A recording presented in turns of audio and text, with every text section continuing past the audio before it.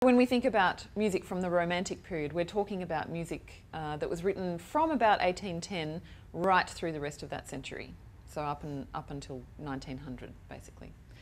Composers include Beethoven. He was kind of, if you like, the fulcrum between the classical and the Romantic periods, that he straddled both and gave birth to a lot of the notions of the Romantic ideal. Then you've got Schumann, Schubert, all the way through, well, Brahms, Mendelssohn, some of my real favourites, all the way through to Wagner and Strauss and even Mahler. But then we're talking more about symphonic music, less so about chamber music.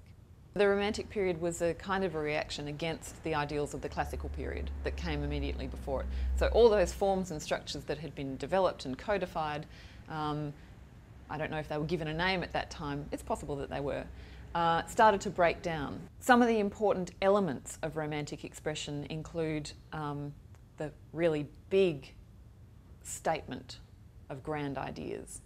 So that manifests itself in larger works, in longer works, in bigger ensembles, longer phrases. On every level, things just kind of got bigger. All music in the classical period was, in some ways, a more academic exploration of structures, forms, colours, instruments and so on. Whereas in the Romantic period, composers could pour themselves into it, pour their own experiences, their own heartaches, their own joys, and find an intimate vehicle for expression of themselves.